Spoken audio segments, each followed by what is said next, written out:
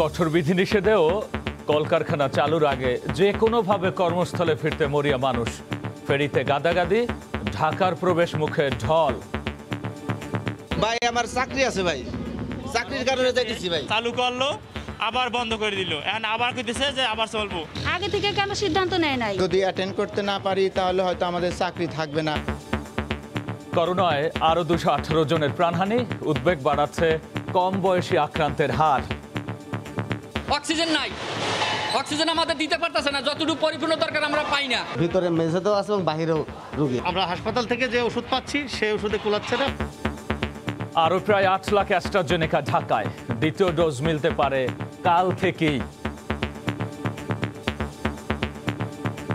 আমরা আগামীকাল পরশু থেকেই অ্যাস্ট্রাজেনেকা টিকা দেওয়া শুরু করব দ্বিতীয় ডোজ যারা পায়নি তাদের জন্য। দেখছিলেন প্রধান শিরোনাম। সন্ধ্যার সময়ে সঙ্গে আছি আমি গোলাম রাব্বি। এবার অন্যান্য শীর্ষ সংবাদ। এক সপ্তাহে 5 গুণ বেড়েছে ডেঙ্গু রোগী, ফের রেকর্ড 196 জন হাসপাতালে ভর্তি। এডিস মশা বেশি ঘায়েল করছে 1 থেকে 5 বছর বয়সীদের, নাক দিয়ে হচ্ছে রক্তপাত। পদ্মা সেতুতে জুলাই মাসে বসলো রেকর্ড 110টি রোড স্ল্যাব, সম্পন্ন হয়েছে 2831টির কাজ। শেষ পর্যায়ে রেল লাইনের অবকাঠামো নির্মাণও। ভারী বৃষ্টিতে তলিয়েছে সাতক্ষীরার নিম্নাঞ্চল, পানিবন্দী শত শত পরিবার। মুন্সিগঞ্জে পদ্মার ভাঙন রোধে কাজ শুরু, স্থায়ী বাঁধ চান ভুক্তভোগীরা। এবং বাংলাদেশে বিনিয়োগে মুনাফা সবচেয়ে বেশি, লস অ্যাঞ্জেলেসে রোড শোর 3য় পর্বে বললেন সালমান এফ রহমান। প্রবাসী সহ মার্কিনদের আরও লগ্নি করার আহ্বান।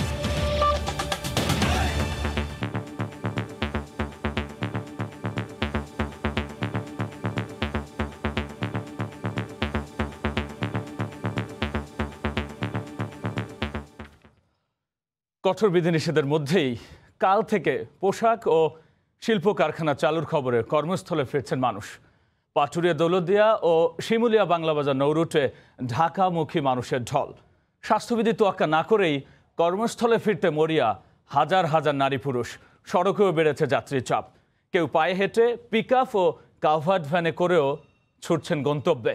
জেলা প্রতিনিধিদের পাঠানো তথ্য ও ছবি নিয়ে রিপোর্ট।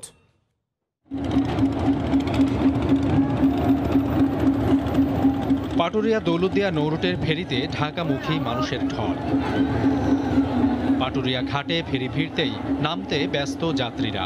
করোনা সংক্রমণের ঝুঁকি নিয়েই রাজধানীতে ফিরছেন হাজার হাজার নারী, পুরুষ ও শিশু। একই চিত্র শিমুলিয়া বাংলাবাজার নৌরুটেও, যাত্রীতে পূর্ণ প্রতিটি ফেরি। গাদাগাদি করেই পার হচ্ছেন পদ্মা। আমাকে গার্মেন্টস খুলতে লেগে যাচ্ছি আমরা। ভাই আমার চাকরি আছে ভাই, চাকরির কারণে যাইতেছি ভাই। যদি অ্যাটেন্ড করতে না পারি তাহলে হয়তো আমাদের চাকরি থাকবে না। আমাদের এত ভোগান্তারি করতেছে কেন? আগে থেকে কেন সিদ্ধান্ত নেয় নাই? অফিস খুলে দিয়েছে, গাড়ি খুলে নাই, আমরা কিভাবে গাড়িতে না যাবো, কিভাবে পৌঁছাবো, কিভাবে? পাটুরিয়া দৌলতদিয়া নৌরুটে যাত্রী চাপ বেড়ে যাওয়ায় দুটি ফেরি বাড়িয়ে ছোট বড় 8টি ফেরি চলাচল করছে। শিমুলিয়া বাংলাবাজার নৌরুটে চলছে 10টি ফেরি। গার্মেন্টস খোলার কারণে যেহেতু তাদের জীবিকা, এখানে তো তাদের যেতেই হবে, আর যেভাবে হোক তারা সেখানে যাওয়ার চেষ্টা করবে। শিল্প কলকারখানা এবং গার্মেন্ট চালু, যার দরুন মানুষ হুমড়ি খাচ্ছে যাতে কিভাবে তারা ঢাকা পৌঁছবে।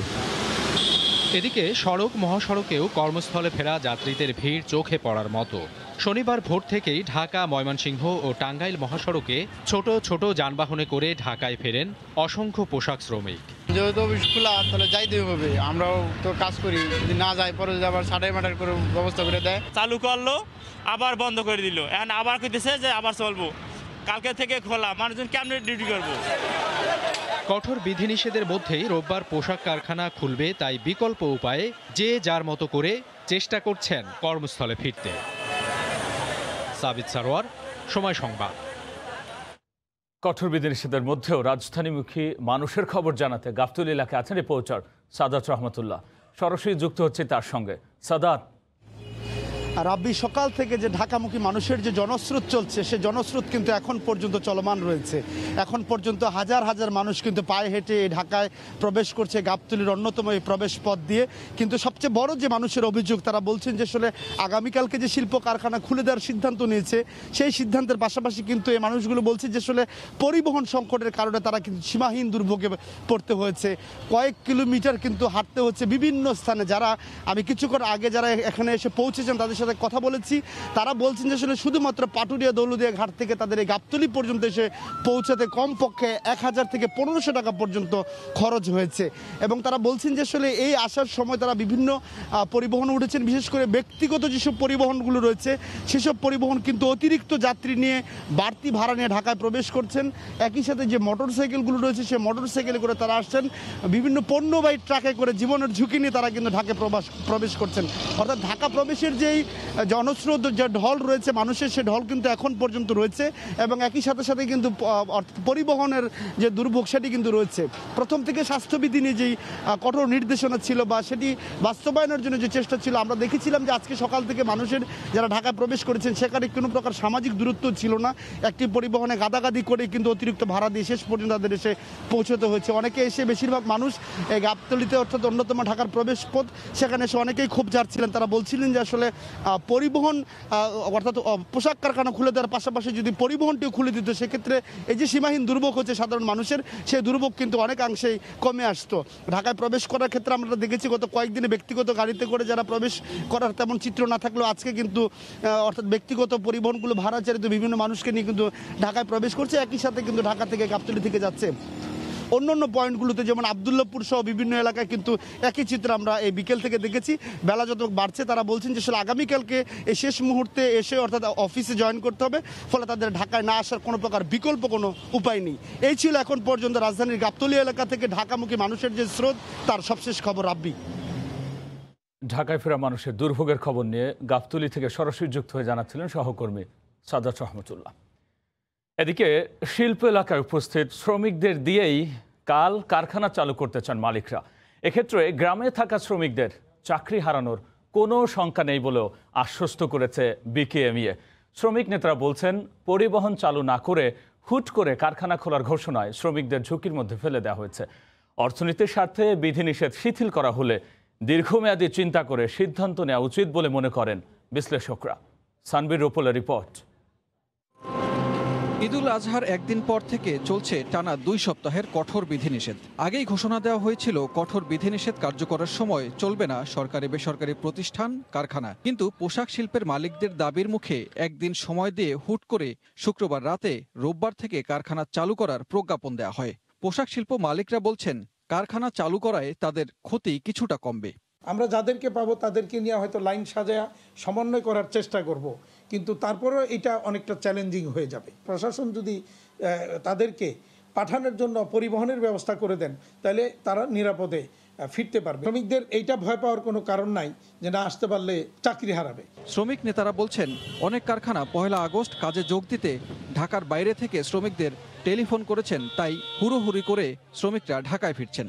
সুপারভাইজাররা, লাইন চিপরা গার্মেন্টস শ্রমিকদেরকে ফোন করছেন যে 1 তারিখে কাজে যোগ দেওয়ার জন্য, গাড়ি বন্ধ। এটা যে কত বড় হয়রানি শ্রমিকদের জন্য, সেটা হচ্ছে সবচেয়ে বড় বিবেচনাহীন কাজ করেছে সরকার এবং মালিকপক্ষ।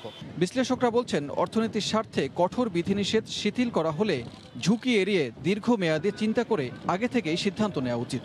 যারা ঢাকায় আছে তারা যোগ দিল, কিন্তু ঢাকার বাইরে যারা আছে তারা আসতে পারলো না। এই কারণে তাদের জীবিকার উপর যদি কোনো ধরনের আঘাত আসে অথবা তাদের কর্মসংস্থানের উপর যাতে কোনো ধরনের বিরূপ প্রভাব না পড়ে। সরকারের সিদ্ধান্তগুলো অনেক সময় দেখা যায় যে ক্ষণে ক্ষণে পরিবর্তন করা হয়, তখন কিন্তু একটা আস্থার অভাব পরিলক্ষিত হয়। রফতানিমুখী পোশাক শিল্প মালিকদের সংগঠন জানিয়েছে, শ্রমিকদের অগ্রাধিকার ভিত্তিতে করোনার টিকা দেওয়ার ব্যবস্থা করা হবে।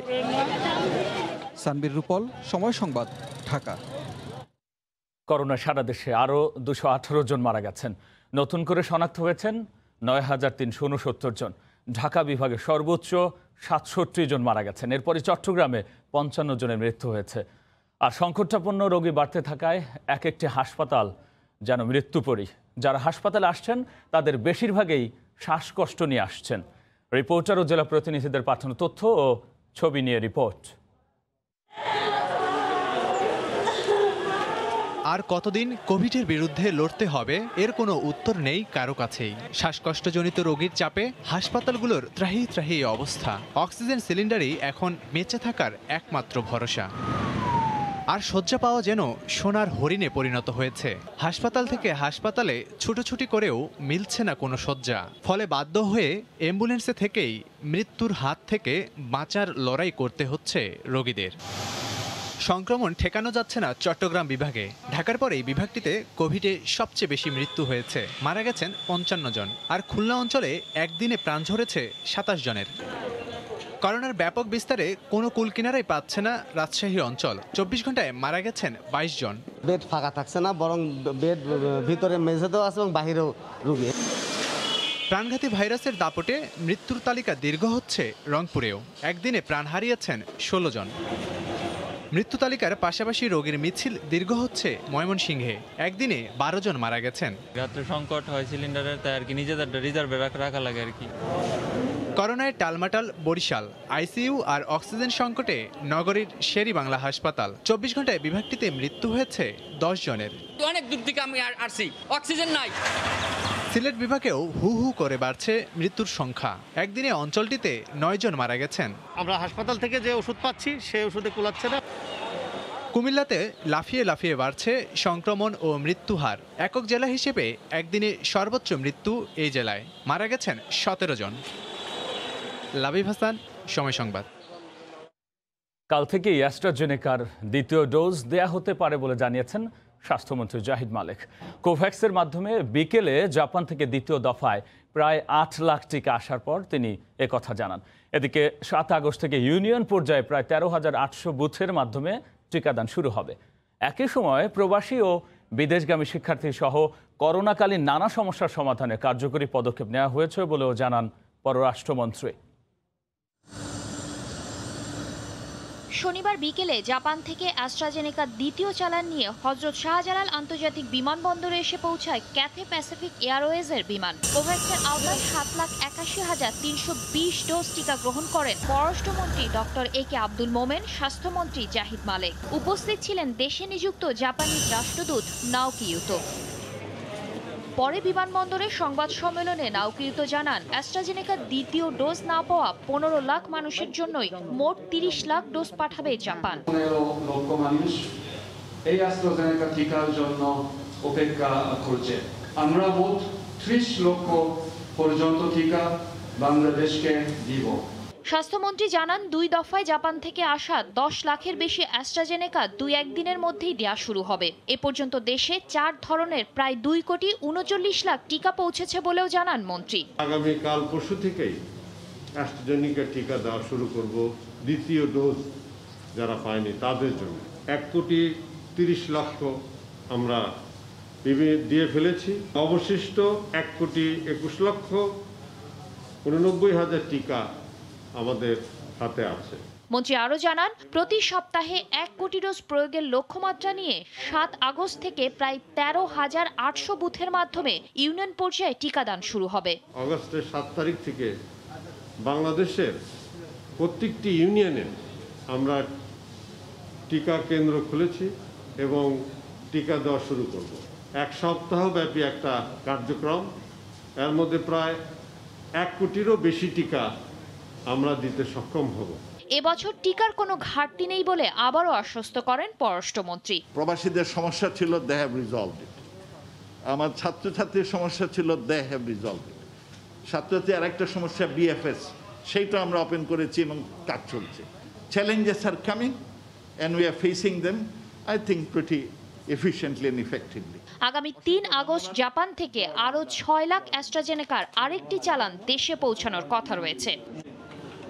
শাতিলা শারমিন, সময় সংবাদ, ঢাকা। এবার ডেঙ্গু প্রসঙ্গ। গত এক সপ্তাহে ৫ গুণ বেড়েছে ডেঙ্গু রোগী ভর্তির সংখ্যা। চলতি মৌসুমে ফের রেকর্ড ১৯৬ জন হাসপাতালে ভর্তি হয়েছেন আজ, যাদের মধ্যে ১৯৪ জনই রাজধানীর। চিকিৎসকরা বলছেন শিশুদের মধ্যে আক্রান্তের হার বেশি, আর এক্ষেত্রে এডিস মশা বেশি ঘায়েল করছে ১ থেকে ৫ বছর বয়সীদের। তোহা খান তামিমের রিপোর্ট। বাবার আদর, মায়ের ভালোবাসাতেও থামছে না সুমাইয়ার কান্না। নিষ্পাপ এই প্রাণের তৃতীয় জন্মদিন কেটেছে হাসপাতালের বিছানায়। ডেঙ্গু শনাক্ত হওয়ার পরে অবস্থার অবনতি হতে থাকে সুমাইয়ার। জ্বরের পাশাপাশি রক্ত আসে নাক দিয়েও। অবস্থার কিছুটা উন্নতি হলেও রক্তের প্লাটলেট আশানুরূপ হয়নি এখনো। ছোট্ট এই প্রাণের একটাই চাওয়া, হাসপাতালের বাইরে যাবে। চিকিৎসকরা বলছেন গত এক সপ্তাহে প্রায় 5 গুণ বেড়েছে রোগী ভর্তির সংখ্যা। কঠোর বিধিনিষেধের সময়ে বাসাবাড়িতে থাকায় 1 থেকে 5 বছর বয়সী শিশুরাই আক্রান্ত হচ্ছে বেশি। আক্রান্তের তালিকায় দ্বিতীয় অবস্থানে স্কুল পড়ুয়া বাচ্চারা। কিচ্ছু খাচ্ছে না, এখানে থাকবো না, বাসায় যাব। যার সন্তান সেই একমাত্র বলতে পারবো, তাছাড়া বাইরের লোক কেউ বুঝতে পারবে না। নাক দিয়ে ব্লিডিং হয়েছে, তারপর হচ্ছে প্রেশারটা রাতের সাথে কমে গেছে, চোখ মুখ ফুলে গেছিল, পেটে পানি আসছে। ফ্ল্যাটে 1,31,000 আসছে, পরের দিনে আসছে 50,000, তারপরে এখানে ভর্তি করাইছি।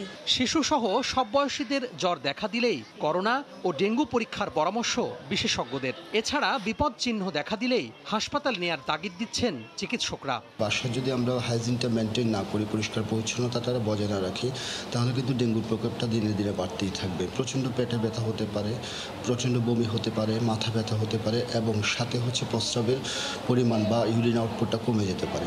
এগুলো দেখা যাওয়ার সাথে সাথে কিন্তু শিশুকে হাসপাতালে অবশ্যই নিয়ে আসতে হবে। রোগীর সংখ্যা বৃদ্ধি পাচ্ছে, সেটা যদি ক্রমাগত বাড়তে থাকে তাহলে প্রিভিয়াস যে 2018 সালে একটা ব্রেকআউট হয়েছিল সেটাও কিন্তু ক্রস করতে পারে। এদিকে রাজধানীর উত্তরায় পরিচ্ছন্নতা কার্যক্রমে অংশ নিয়ে মেয়র আতিকুল ইসলাম বলেন, অ্যাপের মাধ্যমে জমে থাকা পানিতে এডিসেল লার্ভার তথ্য দিলে অভিযুক্তদের বিরুদ্ধে ব্যবস্থা নেওয়া হবে। আপনারা যদি আপনাদের অন্যান্য বাড়ির ছবি সহ যদি আমাকে পোস্ট করে দেন, আমরা কিন্তু তখন সেই বাড়িটাতে গিয়ে আমরা পরিষ্কার করে আসতে পারি বা সেই বাড়ি থেকে আমরা ফাইন করতে পারি। তোহা খান তামিম, সময় সংবাদ, ঢাকা। করোনার মধ্যেও দ্রুত গতিতে এগিয়ে যাচ্ছে পদ্মা সেতুর কর্মযজ্ঞ। 110টি রোড স্ল্যাব বসানোর মধ্য দিয়ে জুলাই মাসে রেকর্ড হয়েছে। এ নিয়ে 2831টি রোড স্ল্যাব বসে গেছে। এছাড়াও রেলের সুপার স্ট্রাকচার নির্মাণ এখন শেষ পর্যায়ে। আবু সাইদের ক্যামেরায় নাসিরুদ্দিন উজ্জ্বলের তথ্য নিয়ে রিপোর্ট। বাংলাদেশের অগ্রযাত্রার স্মারক পদ্মা সেতুর দ্বার খুলে যাওয়ার দরজায় কড়া নাড়ছে। সেতুর রোড স্ল্যাব বসছে রাত দিন।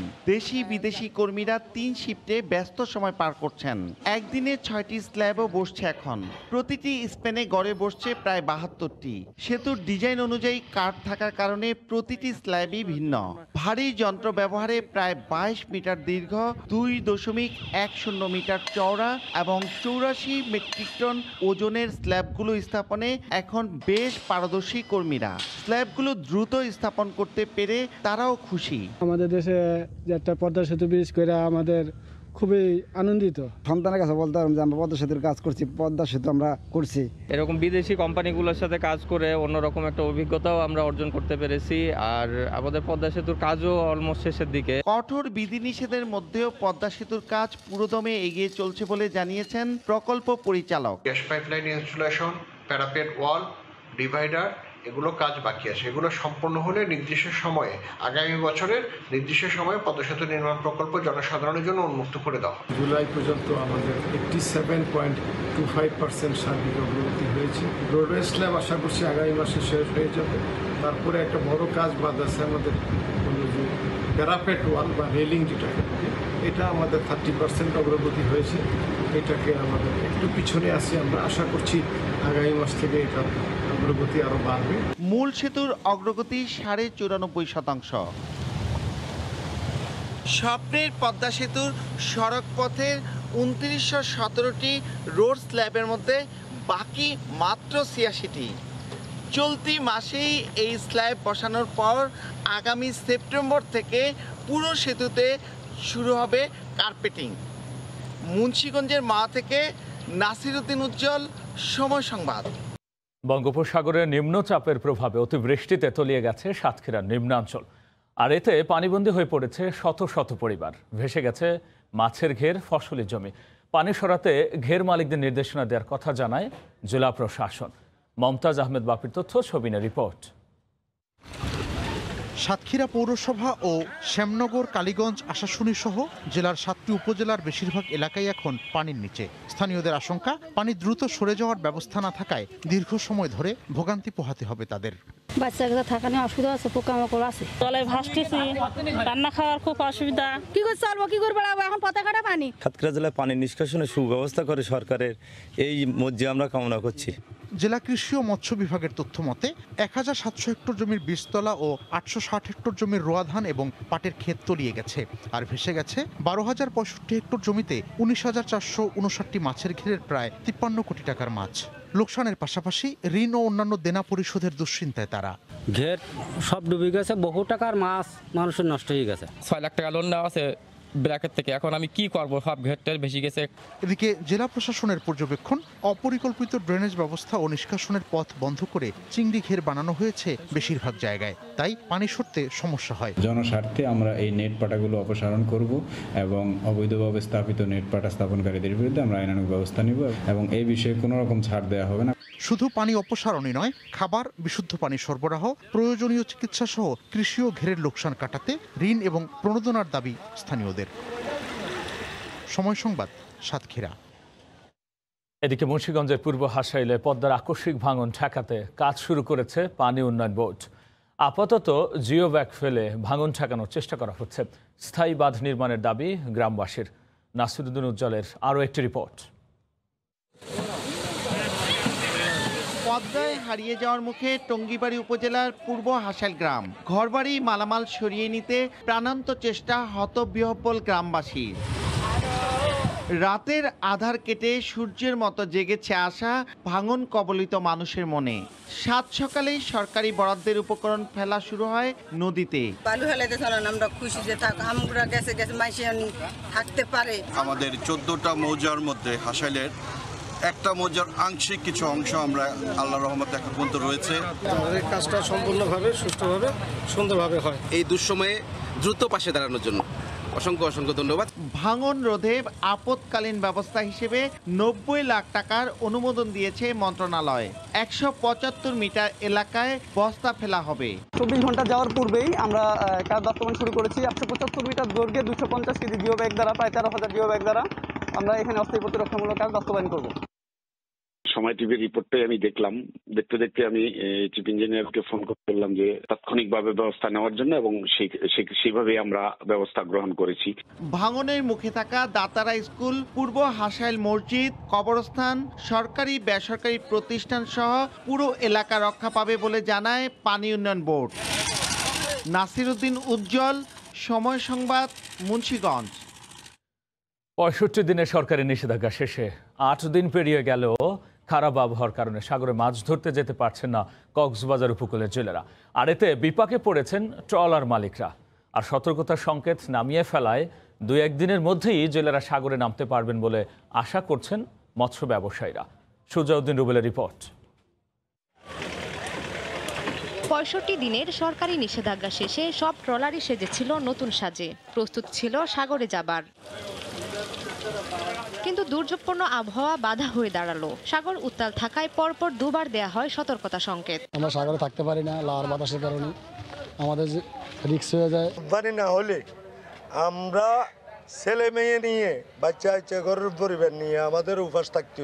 ট্রলার সাগরে পাঠাতে না পারলেও জেলেদের খাওয়া বাবদ খরচ হচ্ছে, এজন্য ধার দেনা করে চলতে হচ্ছে বলে জানান ট্রলার মালিকরা। সিঙ্গেলের কারণে, পর্যাপ্ত বাঁচাদের কারণে আমাদের ট্রলারগুলি আবার ঘাটে চলে আসছে। 3 লাখ 3.5 লাখ টাকার মতো ট্রলার বাইর করতে পুঁজি লাগে। আমাদের ট্রলার সাগর উতাল হওয়ার জন্য আবার ঘাটে চলে আসছে। তবে মৎস্য ব্যবসায়ী ঐক্য পরিষদ সভাপতির আশা, সংকেত নেমে যাওয়ায় আগামী 2-1 দিনের মধ্যে জেলেরা সাগরে মাছ শিকারে যেতে পারবেন। ওয়েদার একটু ভালো হয়েছে, সিঙ্গেলও কমে গেছে। 2-1 দিনের মধ্যে আমরা আবার আমাদের জীবিকা নির্বাহের জন্য সাগরের পথে ট্রলার ভাড়ার জন্য চিন্তা ভাবনা করতেছি। কক্সবাজারে ছোট বড় 8000-এরও বেশি মাছ ধরার ট্রলার ও নৌকা রয়েছে। সময় সংবাদ, কক্সবাজার। গেল এক যুগে বাংলাদেশের যে উন্নয়ন হয়েছে তা আগে কখনো হয়নি বলে মন্তব্য করেছেন প্রধানমন্ত্রী শেখ হাসিনার বেসরকারি শিল্প ও বিনিয়োগ বিষয়ক উপদেষ্টা Salman F Rahman MP.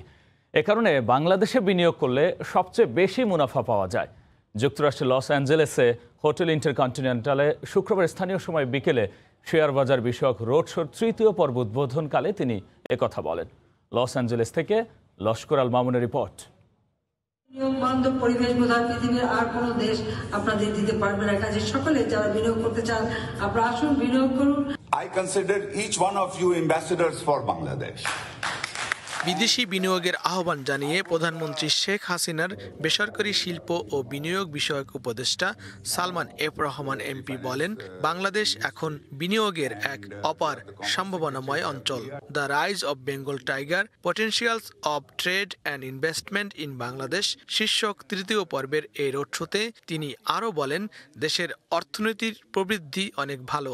State ডিপার্টমেন্টের সাথে কথা বলেছি, আমি সেখানে অনুরোধ করেছি যে ভ্যাকসিনের বাংলাদেশে যেন আমরা উৎপাদন করতে পারি, সেটা ওনারা যেন আমাদেরকে সাহায্য করে। যুক্তরাষ্ট্রের লস অ্যাঞ্জেলেসে রোড শোর তৃতীয় পর্বের বিভিন্ন প্রাতিষ্ঠানিক ও ব্যক্তি বিনিয়োগকারী ও স্টেক হোল্ডাররা অংশ নেন। আমরা সবাই একযোগে বাংলাদেশে ইনভেস্টমেন্ট করতে চাই, সেই ক্ষেত্রে আমি সরকারের সহযোগিতা কামনা করছি। এই রোড শোর প্ল্যান হচ্ছে বাংলাদেশ কান্ট্রি ব্র্যান্ডিং করা এবং বিনিয়োগকারীদেরকে আশ্বস্ত করা বাংলাদেশে বিনিয়োগ কতটুকু সেফ। সপ্তাহব্যাপী যুক্তরাষ্ট্রের 4টি বড় শহরে এই রোড শোর সহযোগী হিসেবে থাকছে ওয়ালটন, ইস্টার্ন ব্যাংক, নগদ আর অ্যামচ্যাম। আগামী 2রা আগস্ট সান ফ্রান্সিসকোর সিলিকন ভ্যালিতে পুঁজিবাজারের বিষয়ক এই রোড শোর চতুর্থ ও শেষ পর্ব অনুষ্ঠিত হবে। বঙ্গবন্ধুর জন্ম শতবার্ষিকী এবং স্বাধীনতার রজত জয়ন্তীতে যুক্তরাষ্ট্রে বিনিয়োগ ও বাণিজ্যের এই রোড শো বিশ্ব দরবারে বিশ্ব অর্থনীতিতে বাংলাদেশ এক উদীয়মান তারা হিসেবে উল্লেখ করেছেন সকলেই। সেদিন বেশি দূরে নয় যেদিন বাংলাদেশের অর্থনীতি হবে এক উন্নত দেশের মতোই, এমনটাই প্রত্যাশা সকলের। লস্কর আল মামুন, সময় সংবাদ, hotel intercontinental, Los Angeles. Tiger Aussie সিরিজে চোখ রাঙাচ্ছে বৃষ্টির শঙ্কা। মৌসুমী বায়ুর প্রভাবে আগামী এক সপ্তাহ রাজধানীতে বৃষ্টির পূর্বাভাস রয়েছে। তবে টি-20 হওয়ায় পুরো ম্যাচ মাঠে গড়ানো নিয়ে শঙ্কা নেই। এদিকে কোভিডকালে অজিদের বাহ্যিক নিরাপত্তা নিয়ে বিশেষ পরিকল্পনা আইন শৃঙ্খলা বাহিনীর। টি-20 খেলার সময় টাইম খুব শর্ট, আর হলো বৃষ্টি যদি 6 তারিখ পর্যন্ত থাকার সম্ভাবনা আছে। 6 তারিখের পরে গিয়ে আপনার দেখা যায় মৌসুমী বায়ু হয়তো বাংলাদেশের উপর কম সক্রিয় অবস্থা থাকবে, সেই সময় হয়তো বৃষ্টির পরিমাণটা অনেক কমে যাবে। খেলা তো মানে যেহেতু শর্ট টাইমে খেলা হয়ে যাবে মনে হয়। এই নিরাপত্তাজনিত কারণে অনেক সময় টিম তারা আসে নাই, তা আমরা চাই তারা যেহেতু আসছে তারা যেন কোনো ধরনের সারপ্রাইজের মুখোমুখি না হয়, তারা যেন একটা স্যাটিসফাইড মুডে এখানে এই খেলাটা এই টুর্নামেন্টটাকে শেষ করে তারা যেতে পারে। সেই আদলে যা যা করণীয় দরকার সেটা আমরা করব। এ পর্যায়ে শীর্ষ সংবাদ জানিয়ে দিচ্ছি আরও একবার। কঠোর বিধি নিষেধেও কলকারখানা চালুর খবরে রাজধানীমুখী মানুষের ঢল। করোনায় মৃত্যু 218, আরও প্রায় 8 লাখ অ্যাস্ট্রাজেনেকা ঢাকায়। দ্বিতীয় ডোজ মিলতে পারে কাল থেকেই। এক সপ্তাহে 5 গুণ বেড়েছে ডেঙ্গু রোগী। ফের রেকর্ড 196 জন হাসপাতালে ভর্তি। এডিস মশা বেশি ঘায়েল করছে 1 থেকে 5 বছর বয়সীদের। নাক দিয়ে হচ্ছে রক্তপাতও। এই ছিল সন্ধ্যার সময়, সঙ্গেই থাকুন সময়।